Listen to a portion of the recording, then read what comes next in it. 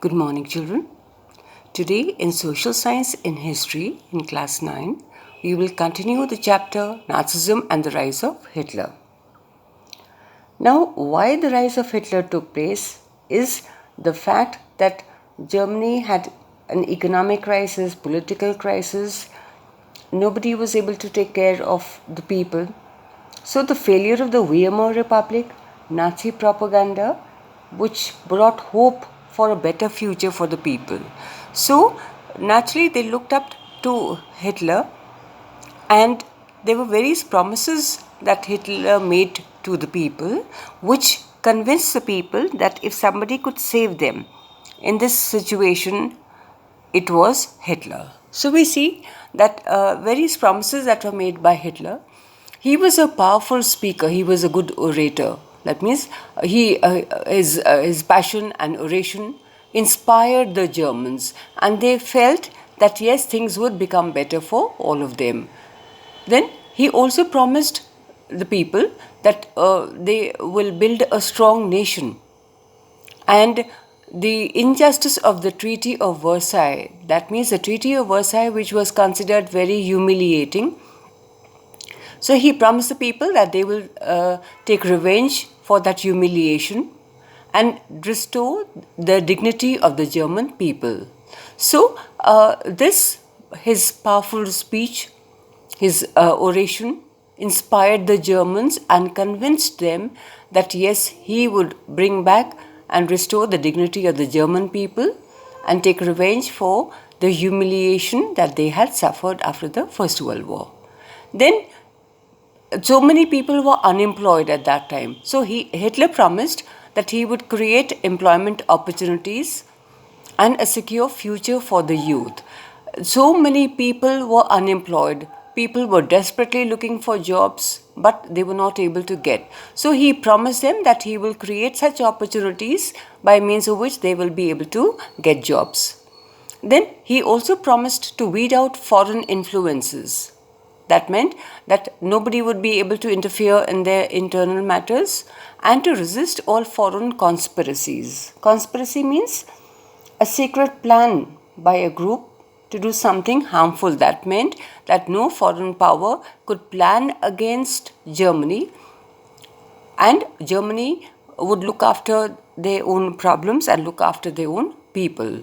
So these were the promises that he made to the people. So obviously his oration, the promise that the injustice of the Treaty of Versailles will be undone, and to bring an end to all the foreign influences in their country, really was very, very effective, and people were convinced also. He devised a new style of politics also.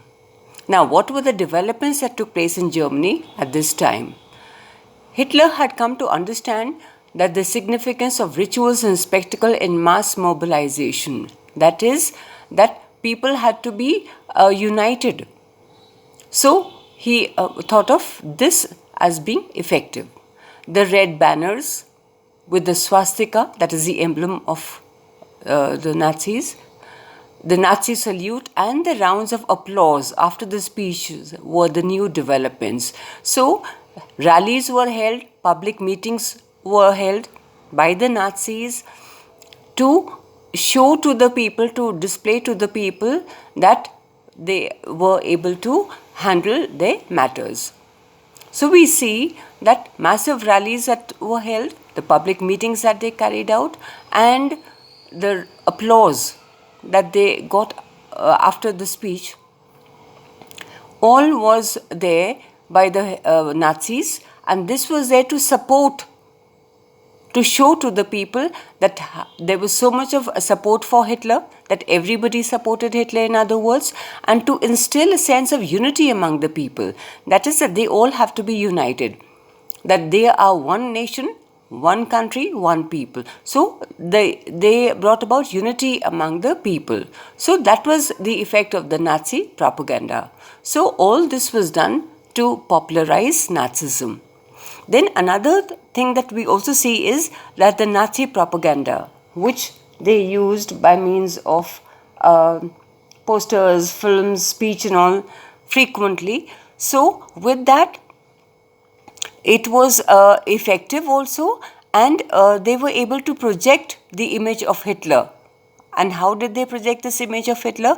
As a messiah, as a savior, as someone to help the German people in a time of acute economic and political crisis. So, if somebody could pull them out of this situation, it was only and only Hitler.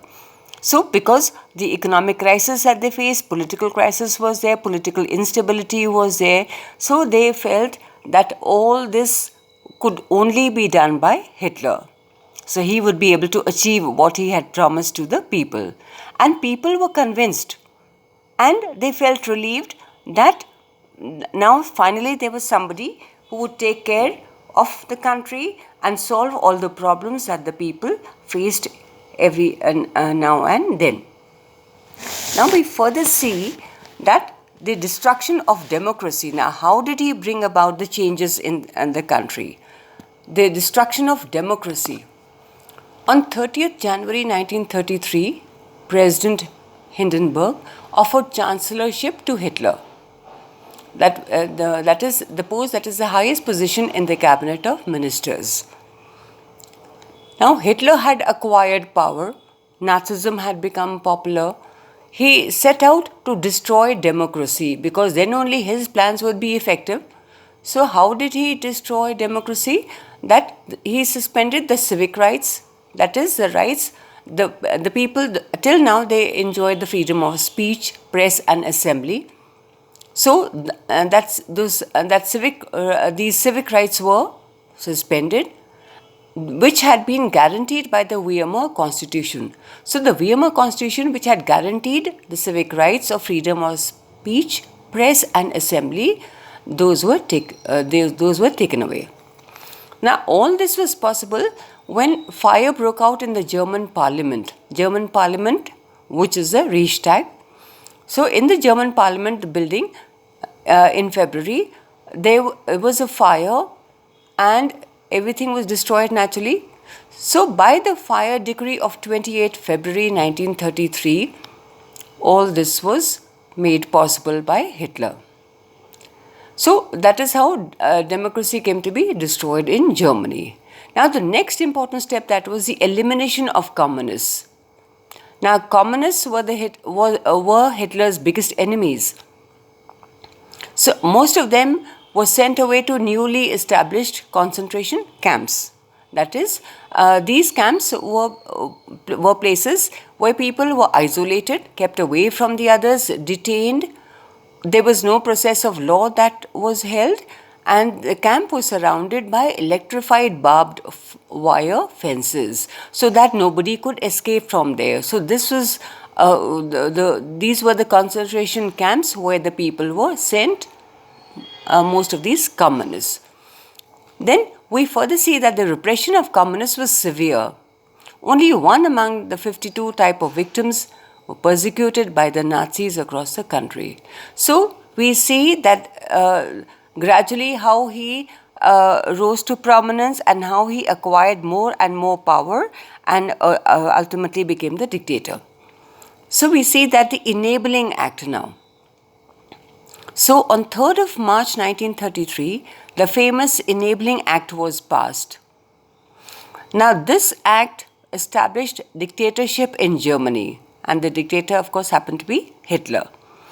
It gave all powers to Hitler, that means all and complete power to Hitler, to sideline parliament and rule by decree. That means that he did not have to, he was not answerable in the parliament, and rule by decree, which is an official order, which is forced by law. That meant that whatever instructions or whatever orders that he issued had to be carried out by the people.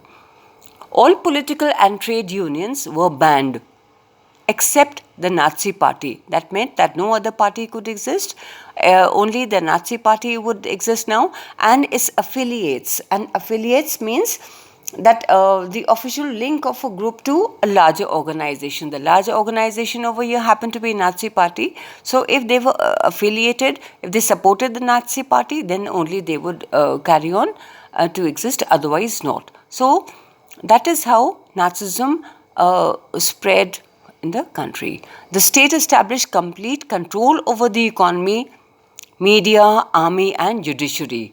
So gradually we see that the Enabling Act gave all powers to Hitler to carry out the orders which he gave to the people, so that there would be no opposition at all. So the state had established complete control over the economy, the media, army, and judiciary. Thank you.